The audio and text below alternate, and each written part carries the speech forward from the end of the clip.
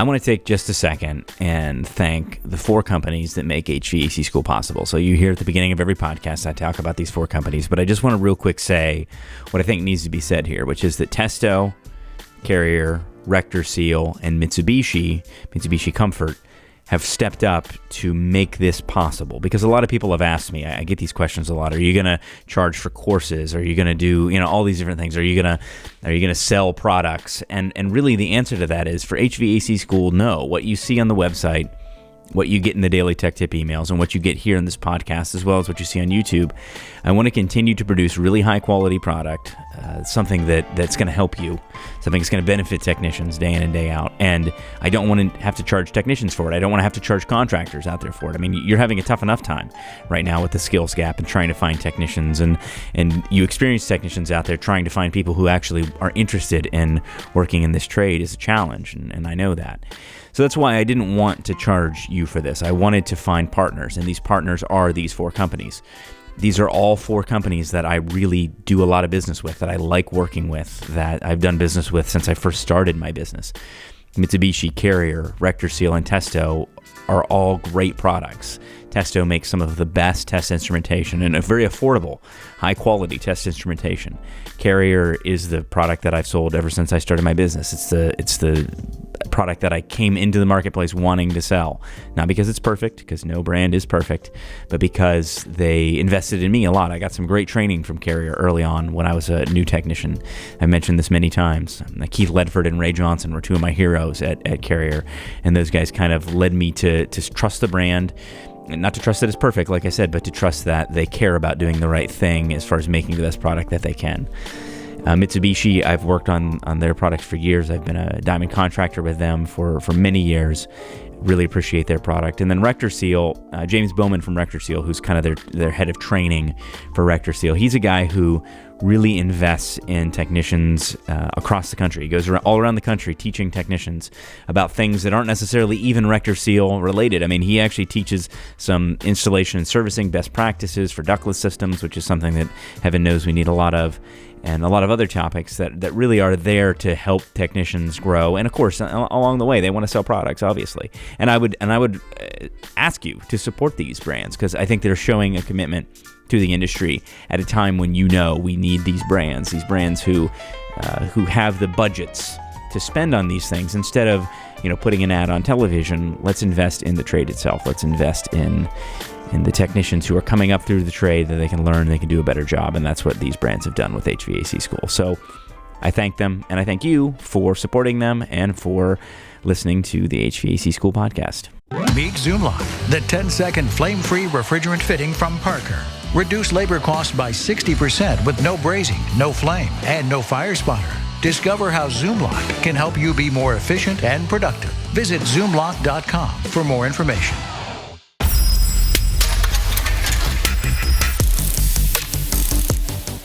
Here's the guy who talks about Testo 605Is and delivered capacity in his sleep. And maybe Jim Bergman. But he swears it was just one of those I'm flying and my friends were all there sort of dreams. Nothing weird.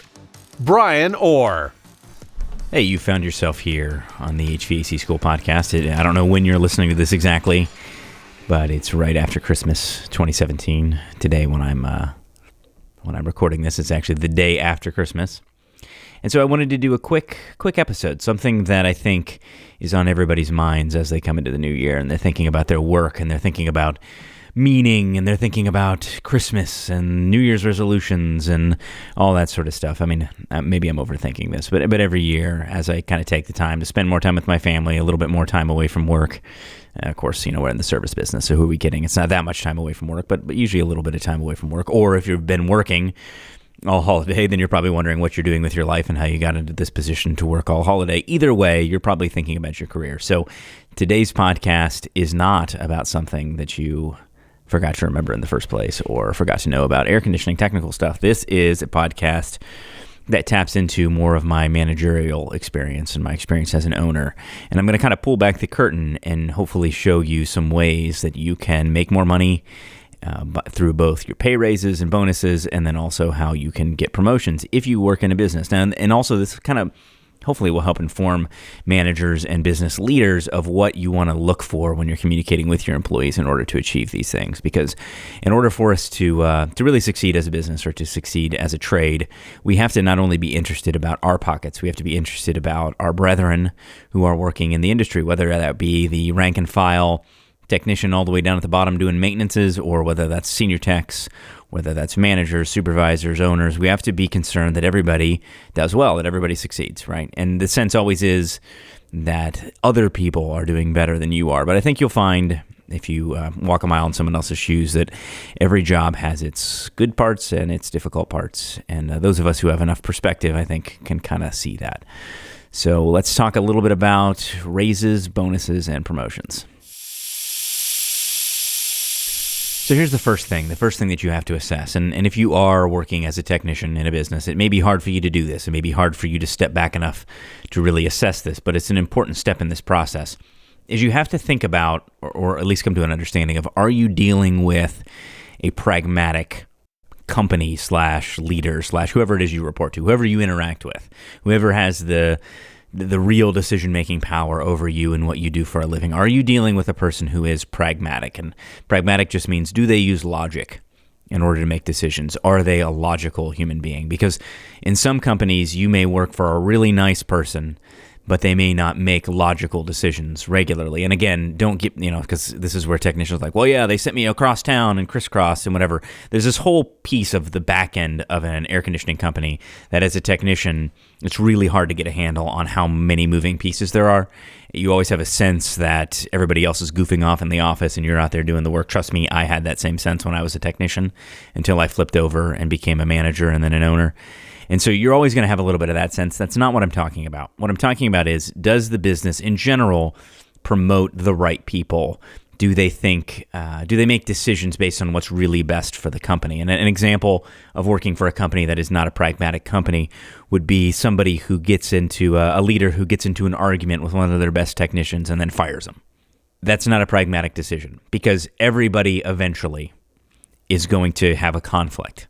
I've had conflicts with the leaders in my business multiple occasions, people who I trust, people who I care about, and in many cases, family. I mean, some of my biggest fights have been with my father and with my brother, who are, some of my best partners in business, some of the people who I look to the most to help the business succeed, and truly are partners in the business as well. And at times, your tempers flare, right? And so a company that's not pragmatic would often fire someone because they're emotional. And then on the other side, there would be the company that is afraid of conflict. And so they're not pragmatic, and so they never let anyone go. They always let things go way too long. There's the person working there who everybody knows isn't carrying their weight, but they keep them on because of some sense of guilt or duty to that person instead of, making a clean cut and making happen what needs to happen. That's also a sign that you would have. So a clear sign that you're dealing with somebody who's not pragmatic. And I feel like I need to address this. The reason why I felt like I needed to say this is your employer pragmatic thing right off the top, is that when I kind of talk about some of these rules, or I talk about some of these ways of being that will help you succeed in your career, help you get raises and bonuses and promotions, if that's what you're looking to do, of course. There's nothing wrong if you are happy where you are and you don't want those things. But again, like I said, new year coming, a lot of times you may be thinking about this. But the reason why I think I have to establish that first is that a lot of you are going to listen to this and you're going to say, well, that won't work where I work, okay? And I want you to know that there's really only two good reasons that wouldn't work. And the one reason is that your employer is not pragmatic. So you want to kind of assess, are you working for somebody who's pragmatic? Do they make decisions based on reason and logic, or do they make decisions based on emotion or some other outside factor that I'm missing here? Because you want to work for a place that makes decisions based on sound logic, sound reasoning, right? And then the other side of things is you want to assess, are you working for good people? Are you working for people who care about the people who work for them? And that, again, a slippery slope, because in the moment, like anytime that I tell somebody no about anything, they request a vacation and I can't give it to them because we have too many people off at the same time, and I say no, their sense in that moment will always be that I don't care about them, that I'm a bad person, that I don't care about my people, whatever. I mean, that's natural. We all feel that way when somebody tells us no, when somebody doesn't give us what we want, right? And so you have to be an adult enough to recognize the difference. But you will work at places at times they can be very manipulative. They can use lots of tactics in order to keep their employees around but it lacks the soul of actually caring about the human being that's underneath. Companies that strictly see their employees as nothing more than an asset, like a forklift or anything else. And you'll know that when you're there over time, you'll see that everybody sort of has that sense about the company. That's not a good place to work. And in general, those types of companies are also not pragmatic. They may think they are, but a huge part of pragmatism when you're dealing with human beings is recognizing their value, their intrinsic value, that people have value because they're human, not just because they work for you. And people have a lot of things going on in their lives, so you have to have a measure of patience with them. You have to talk to people with respect, all that. That's all a part of pragmatism, because raw pragmatism, just looking at dollars and cents, is what a lot of times gets criticized. But the fact is that if you treat people like humans, you treat them well, and you care for them as people, then that is actually the most pragmatic decision, because you're going to keep your employees longer, they're going to be more productive, and so that's a part of pragmatism. People who are just cold and calculating, you may think of them as being strictly logical, strictly pragmatic, but the truth is that they're not, because that isn't actually good for business. That's not a good way to build a business. So this is where we start. I don't want you to assess whether you're working at a perfect place, because none of us do. None of us, ever. I mean, I own the company that I run, and it's not a perfect place, and I'm not a perfect boss to myself sometimes. It's just, people are never perfect, and you're always going to have a measure of emotion that drives decisions, and people are going to have personality conflicts, and you're just going to have to get over that. That's part of being an adult. And I think in the past, previous generations understood this. My generation, the millennial generation and younger, kind of always want work to be perfect and everybody to always be happy and big smiling faces and drinking mocha chai lattes everywhere they go. And that's just not how it works, especially not in our trade, because there's an element of hard work to what we do. Even no matter what you do, there's an element of hard work. No matter what your position is, if you're good at it, there's going to be work associated with it, whether it's mental or physical, and stress comes along with that. You can't eliminate stress from the workplace as much as you may try. And so you've got to recognize that when people are under stress, sometimes they're not going to make the best decisions. That's normal. So your leadership, whoever it is that you're working with, you need to give them that grace, but you do need to assess, am I working with logical people? Am I dealing with people who care about other human beings, who have those values? And I think you'll find that most people do care about human beings deep down, but they've been burned and things have happened in business, and so they think they've got to be hard and all that. And some of what I'm going to address here will help you kind of break that down. But you got to assess that first. If it's neither of those two things, then honestly, frankly, then maybe think about working somewhere else, because there's a lot of good jobs out there, especially in this trade right now. You'll find somebody who will treat you well. If you're working at a place where they're not making good pragmatic decisions about business and they don't care about human beings, then I would maybe think about moving on. But again, the advice here is not in that direction, in that vein. But it is important that you assess that first, because if you don't know whether or not they're going to function rationally, then sometimes doing some of these approaches may actually backfire in your face. And I don't want you to end up on the street because you're doing the things that I'm telling you because your employer is not rational. All right, so here's the first thing. The first thing is, a lot of people, probably a lot of you have this sense in your brain, in your head, of, should I ask for a raise? It's been a while since I've had a raise, or I know this other person who makes more than me. That's generally the two triggering events that make someone feel like they're due a raise or they're owed a raise. And so they'll either say, it's been a long time since I've had a review, and I think I should get a review every 90 days or every year or every 2 years, or whatever it is that you have in your head of how often you should get a review, how often you should get a pay increase. Because let's face it, when people say they're due a review, what they mean is they're due a pay increase. And the other side is that you find out somebody else makes more than you. And that's tough, especially if you feel like you're superior to them. And again, we're human beings, so we tend to assess our own worth, our own value higher than that of others. And so when we find out somebody else who does a similar job to us makes more than us, we get a sense that we're being treated unfairly. So that kind of drives that desire to ask for an increase. So we're sort of starting with this raises question, because that's one of the more common things that come up in our brains is, okay, I want to ask for a raise. Here's what I'm going to tell you. Never ask for a raise.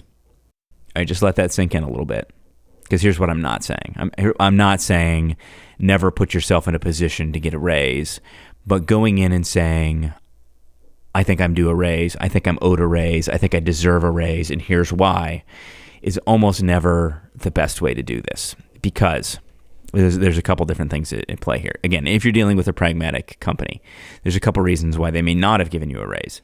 One may be that they have just overlooked it. They just got busy and they just, your skills have increased and they just haven't given you the increase yet because they just haven't gotten to it yet. I've been in that position a lot of times where I've been a little too long in giving someone an increase, literally because it just slipped my mind and I got behind on doing that.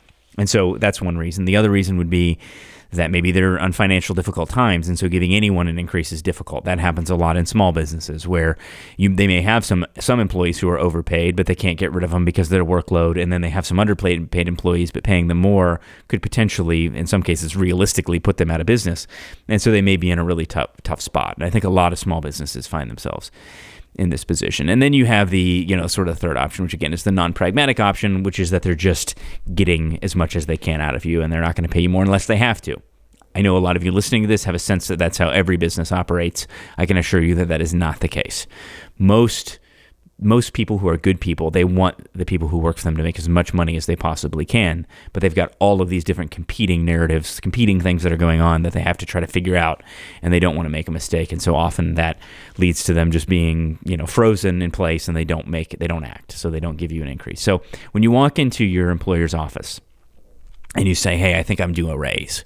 And as soon as you start to give your reasons that you're due a raise, then their guard goes up immediately. And this is just a good general communication skill, like no matter who you're talking to, is that you don't want to say things that trigger people to put their guards up, especially when you want something from them. And in this case, what you want is something that you believe that you're owed, right? You believe that you deserve it. But what I'm telling you is just wipe that from your mind, that idea of being owed or deserving or whatever. Put the past in the past. And now think about from this day forward. And so when you're having a conversation with a leader about pay, compensation, whatever, always talk in terms of from this day forward, not from this point back. Because here's what a lot of people make the mistake of, and I've done this, and I've seen people have done this to me hundreds of times, is that they come in and they start talking about themselves like, I've done this, that, this person makes this, it's been this so long since I had a review, so on and so forth. Now again, I'm assuming here in this case that there wasn't an agreement that was broken, like an actual agreement. Now, there's a lot of these sort of loose agreements when someone hires someone and they say, hey, after a couple of years, you should be making this amount or you should be making this dollar amount, and that doesn't come to fruition. That doesn't count. We're talking about like actual written agreements. If someone wrote something down, agreed to something, and then didn't do it, well, then yeah, you bring the paper in and you say, hey, it's been this amount of time and this hasn't happened, because now they're in breach of contract, and that's a different thing. And I also want you to hear me clearly on this. I'm not saying that an employer shouldn't keep their verbal agreements, but in many cases, it had been a long time since they made a verbal agreement, and they've probably forgotten, and your memory of that may also be imperfect. So as an employee, if you are going to ever make an agreement of something important like pay increases or whatever, always get it in writing. Otherwise, don't even attempt to hold them to it, because it's just going to create a fight. And it's going to create a situation where you call each other liars and neither of you think you are and you think the other person is. That's just how human interaction works. But if you have something in writing, you got an email, you got something, well, then bring it in, bring it to their attention. That's totally fine. I'm not talking about that. I'm talking about you feel like you're owed an increase and your employer hasn't given you one. It's not that he agreed to give you one and then didn't. It's that you think you're owed one. You feel like you're to the point that one is owed to you, and you're looking for an increase. So when you go into that meeting, ask for a meeting, request a meeting, pick a time of there, and then when you go into that meeting, your employer is going to think you're going to complain, ask for a raise, something like that. Don't do that. Instead, talk about your vision for the future, okay? Not their vision for the future. Your vision for the future. Now, if they've recently spoken about things and the way things are going to change, then you can kind of play into that. I heard you saying this, and this is what I was thinking. But you say, I have a vision for how I think XYZ can work and how this is going to look moving forward. And here's the trick. Because if you refer to the way that things have been and you say, I've done this, I've done that, I've done this, I've done that, then it's all me, and it's going to come off badly because you're making an assessment of yourself, assuming that your employer hasn't made the assessment of you, okay? Now, pause real quick. I know most of you out there who think of yourself as honest people. I'm doing air quotes here. I'm just an honest person. I just tell it like it is, okay? That way doesn't work. That whole I'm just an honest person. I'm just telling you the way it is right here. Nobody wants to be spoken to that way. When you're and this isn't true of just like when you're dealing with a superior in business. It's true of anybody. Your kids don't want to be spoken to that way. They don't want to be dictated to how it is, especially when they were there to observe it themselves. So you have a perception of yourself. That's meaningless. What matters if you're looking to get an increase is what their perception is of you, and you have control over that in this moment. You have an opportunity to help mold that perception. And so a big part of that is you want to create a vision, something that they really like the sound of, that you are an integral part of. I'm going to say that again. You want to create a vision, something that your employer is very excited by, really likes the sound of, that you are an integral part of. So if let's say you're a service technician, you're just working day in and day out, residential service technician, mid-tier in your business. You may think, well, how am I gonna do that, right? Well, here's what you have to do. You have to figure out what it is that your employer wants right now. What are the challenges that are being faced? So let's say that it's customer satisfaction. Let's say it's employee morale. Let's say that it's quality of workmanship. Let's say that it's callback rate. Whatever it is, inject yourself into that story and say, I've really been thinking. Remember, this is a meeting where you're hoping to get a pay increase.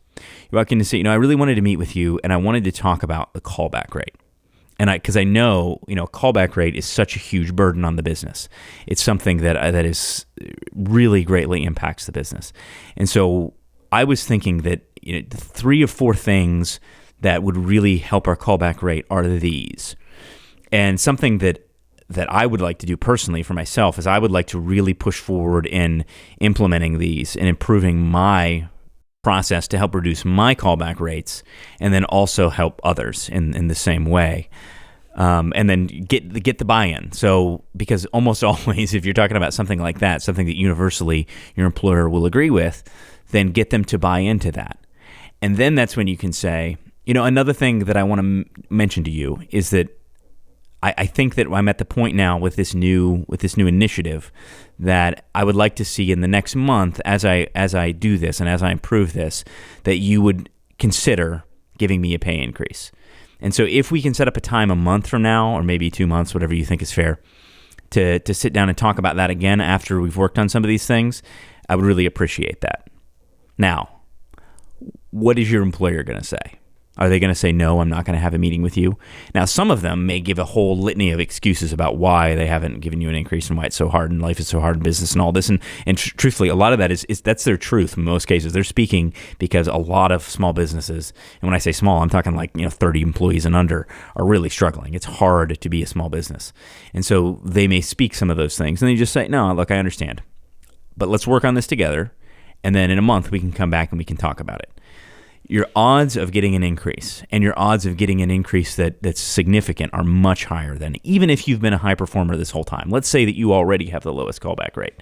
Well, you can point to that. You can say, as you know, I've worked hard on callbacks. My callback rate's really low, and I want to continue to get better at that, but I also want to help the entire business get better at that. So here's what we're going to do. And it doesn't have to be anything super complicated. It's not like you have to come in with a binder full of ideas, but you can just highlight, 3 of the common causes of callbacks. And again, I'm not going to insult your intelligence. You know what those are if you're a technician. And so that's just a very simple thing for a technician, but that's true of anybody. That's true of an early stage employee. Let's say if you're a helper or an apprentice, you want to paint a vision of how you can get into a truck and the things you're going to do to make sure that you can get into a truck and become a profitable employee. And now, if I do those things, I'd like to have a meeting with you in 30, 90, 60 days, whatever, from now, and I would like to talk about my compensation at that time. It puts you in a much better position. So much more long game where you're tying yourself to their success. You're tying your pay to their success. That is the overall idea here. Is that when you're talking about pay especially, but we're going to talk about some others here, always tie your compensation, how well you do, to the success of the person you're talking to, because that makes a story about them. And people are much more prone to invest in the future of the business, the future of themselves that they're a part of, than just a single person. Because I'll tell you, a lot of managers, a lot of owners, when they think of paying someone, even the really good ones, they're thinking like they're robbing Peter to pay Paul. Because let's say you're in a position where you really are owed an increase. You're at that point that an increase is inevitable, right? When that manager, even if he's a really good person, gives you that increase, he or she is thinking about 5, 6 other people who also are owed increases. And then also thinking about that invoice that hasn't been paid for $5,000 on that change out and all these other things. There's all these worries that come to mind. But if you can tie yourself to a future that has success in it instead of worry in it, you're much more likely to succeed. And so let's talk about some things that you can do, some of the ideas that you can bring to bear that will help you kind of give this pitch, tell this story that you want to tell. Basically, you're telling a story in which that benefits the company that you're working for, the manager who you're talking to, but also kind of injects yourself. You write yourself into the hero role in this story. Not directly, not overtly, because from their perception, you're making them the hero, but you're really making yourself an integral part of it. So let's talk about that. Huge issues that companies have right now that you can tie yourself to. Recruiting and training.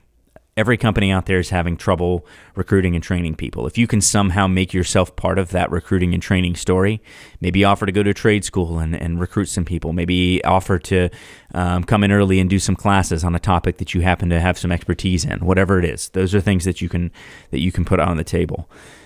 You can talk about things to improve revenue, and there's a lot of different ways that revenue can be improved, and that's always something that's on the mind of a business. How can we increase the revenue? How can we increase how much money we're bringing in? There's a lot of different ideas that I'm sure you have of ways that you can do that, and those are conversations that your employer will always be interested in. So recruiting and training, revenue, callbacks, work quality. The ability to do the job right the first time, that's training, but it can also sometimes be processes. Sometimes it can be, that you offer that, hey, I'd be willing to help write down some processes to save some steps, or I'd be willing to give a quick stand-up talk to the other techs about some ways that you can reduce callbacks, or whatever the case may be. Or it could even just be as simple as that you're going to be a active influence to help reduce callbacks, to help reduce quality. Another is to cut cost, because in a lot of cases, businesses do have costs that they don't understand fully, costs that you're aware of in the field. You know of waste that's happening. You know of technicians who might be taking parts off the truck and things like that. I'm not telling you to be a snitch. We all know snitches get stitches and wind up in ditches, but you can help your employer cut those costs. And when you can bring things to attention, ideas of how to do that, you're going to be seen as more valuable. The other thing is increased efficiency. If you're able to set up your van in a way that's more efficient and you're able to help others do the same, that's something that you can highlight, that you're gonna help push towards. And here's what I don't want you to think when I'm saying this. I don't want you to think that I'm telling you that every time you want to get a raise, you have to work 1,000% harder or something like that. Often it's going to be highlighting things that you were going to do anyway, or things you already are doing. But by painting it in the future as opposed to the past, it changes the conversation from a deserved conversation saying that you owe me this, which always puts up guards, to saying here's what the future looks like. Here's the positive future. Now, can you help me be part of it by making sure I'm well compensated for doing it? It's just a much more hopeful way of communicating. It lacks the negativity that often is off-putting and prevents managers from making that decision to give you an increase. So you can increase efficiency, you can cut cost, you can improve revenue, you can help with recruiting and training, you can help with quality, customer service, you can help with morale. Sometimes morale is just offering that, hey, I've noticed recently that a couple of the technicians, their attitudes are going a little bit south, and here's why I think it is. I've had some conversations with them. And so I want to be part of the solution, and so here are my suggestions of what we can do to help improve this situation. And oh, by the way, I also have something that I would like to address, which is my pay. When can I set up a time that we can, once we work on this, I can set up a time that we can talk more about it. Just a very mature way of framing a conversation.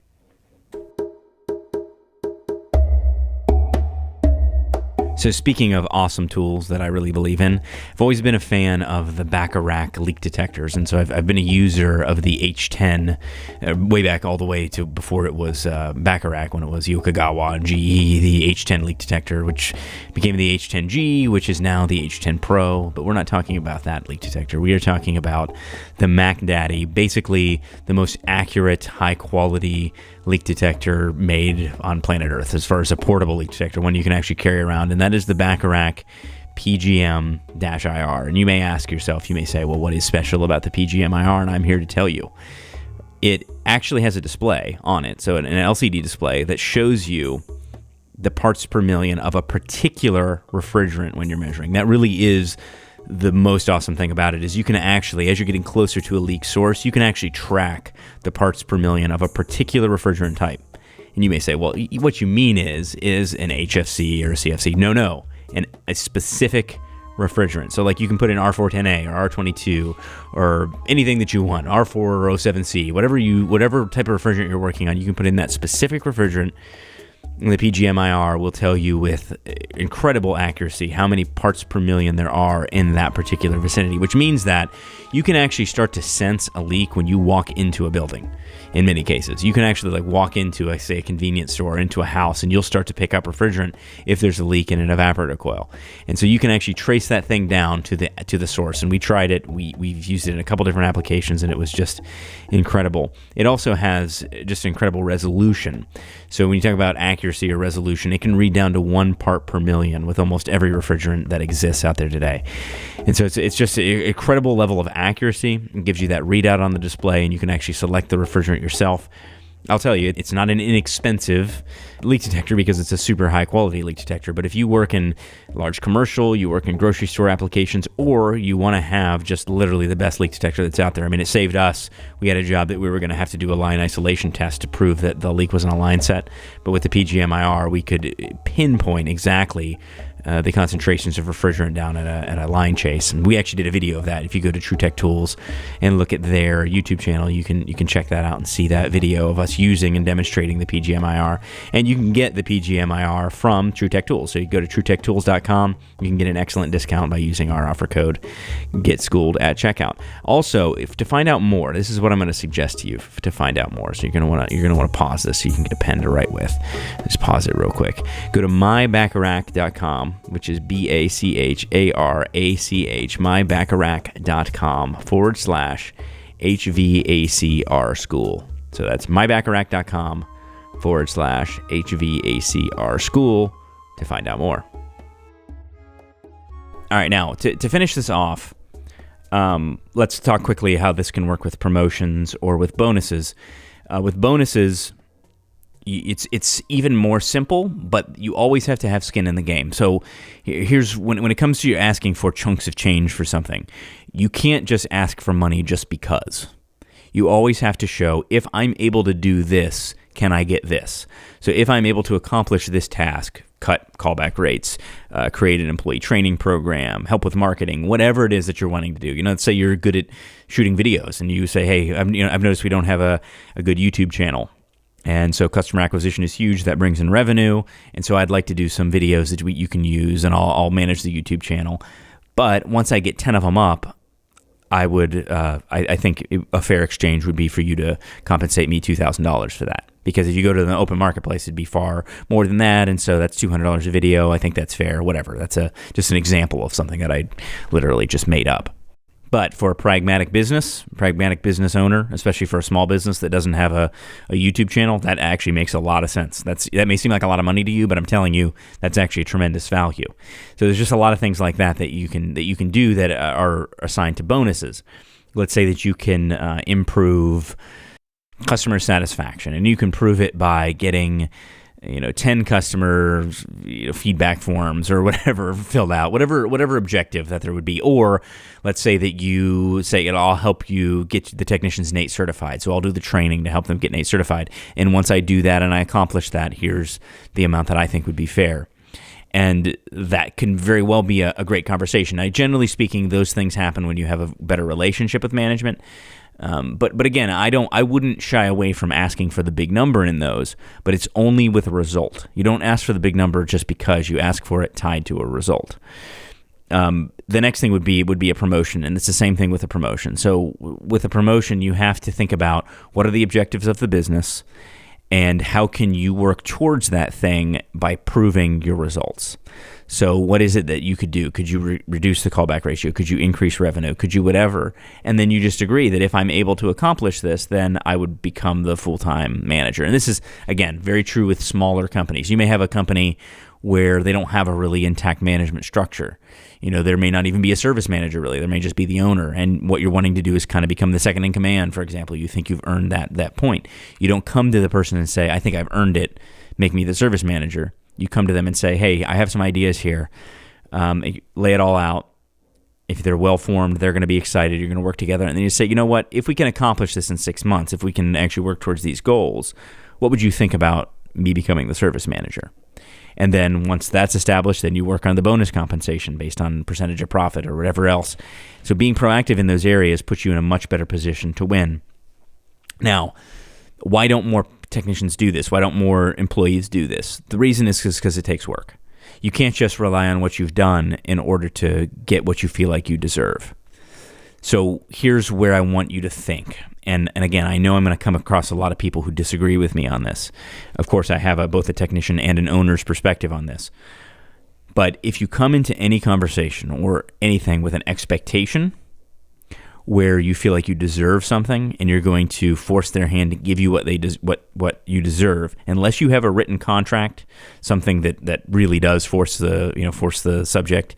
In that case, of course, go with what you have written if you've got it written down. But unless you have that, you're very rarely going to win in those circumstances. It's going to be very hard for you to win. Now, obviously, if you're just the very best at what you do, you have a lot more leverage. The better you are at your job, the more leverage that you have. But here's what I want to encourage you. Never rely on loyalty or position to get you what you want. Always rely on your ability to execute. So if you aren't willing to put some objective to it or actually put some thought into what it's going to take to help the company succeed, then you're not in a good place. In the same way that if a employer isn't putting themselves in your shoes and thinking about what you've done and your value and all that, you would say, well, if they don't care about me, I don't care about them, right? But the other way is true too. If you don't care about the success of the business enough to put a little bit of work and thought into how you're going to form these things so that it really is a win-win, and a win-win is kind of a silly platitude that's used in corporate America, but legitimately, like where the company does better, has more customers, has fewer callbacks, has fewer issues, better quality, better customer service, which relates to more profits, right? Company does better when those things happen, then your success is tied to that. But if you're relying on, well, we've been friends for so long, or I've been working here 20 years, or I've been doing this 35 years, or I have this position and so I'm owed this. If you rely on that type of thinking, then it's not going to go well for you in the long run. Either because they're not going to give you what you're asking for, or they do give you what you're asking for, but it hurts the company. And I don't think any of us, if you really are good at what you do, you don't want to be a burden to the company. You don't want to be the one who's overpaid, overcompensated, put into a position that you don't belong in. You would rather get to a place that you've earned it, that you've actually accomplished it because of your skill, because of what you've done, right? And so when you're formulating these conversations, do the legwork beforehand. Don't start with, I want a raise, I'm owed a raise, I deserve a raise, I deserve this, I deserve that. And on the other hand, because I've seen people do this to me before too, I've had people who come to me and they say they're going to leave. And I'm like, well, why are you going to leave? Well, and they make up some excuse. Oh, it's because of this or that or whatever. When in reality, it was because they didn't feel cared for or they didn't feel like they were compensated properly. All you would have to do is have that conversation, frame that conversation, build the future that you want to be a part of instead of just leaving. Because the truth is that the grass is not greener on the other side of this industry. I mean, you may find a different segment of the industry, and that's a different conversation. Let's say you've always wanted to be in commercial refrigeration. The company you're working for doesn't do commercial refrigeration, and so you switch to commercial refrigeration. That's different. You want to work on chillers, you got to work for a company that does chillers. That's understandable. And so in different segments of the business do have different advantages and disadvantages of the business. If you don't like talking to people, then you shouldn't be in residential service, for example. If you don't want to have any soft skills, then don't be in residential service. So you may have to switch segments, but job hopping from job to job, a lot of these problems are going to be wherever you go. You're going to find that these things exist wherever you go. And so in order to really be successful, you want to adjust your approach. Change your approach, make the approach much more about communicating your vision for the company and how you can be a part of it. And then once you've shown something that you both can comparatively look at and see how you've done, then you can win. Because otherwise, they're looking at you from one angle, you're looking at you from the inside, seeing all of your benefits, and they may not be seeing it. But the worst thing to do is go in and start pitching yourself. Just start talking yourself up, because that comes across as is false. It always does. It's like, I come into you, so we're going to role play here. You're the manager, and I come in and say, hey, I've been working for you for 5 years. I've done this and that. I've been on call. I've worked my butt off. I've worked all these hours, and I think I should be paid $45 an hour. and you're thinking the whole time, I've watched you, and you're thinking, I remember the time that you called in sick when I really needed you. I remember this, I remember that. And so that person is going to put up a guard, and they're immediately going to start thinking of the negative things about you. Whereas if you start from today and work forward into the future, then you come up with a future that you both agree on. So hopefully that's helpful. I know this isn't hard training stuff, but it's something for the new year that I want you to think about, especially if you like your job, you like what you do in general, but you want a new position, you'd like to get some more bonuses, you'd like to be paid more. This is the way to think about it that I think you'll find is much more successful. It's like any other skill. It takes time. It takes work. It is not easy, what I'm telling you to do here. It takes a little preparation. Talk to your spouses. Talk to people who you care about when you come up with an idea. Actually formulate it. Don't just do it. Don't just go in half-cocked because you're being quote-unquote honest with your employer. I'm not telling you to be dishonest, but I'm telling you to think. Think about ways of speaking to other people that doesn't trigger them negatively, but instead puts them in a position where you're going to get what it is that you're asking for. I've seen this work time and time again in both in my career and in the careers of my employees when they formulated things in this way.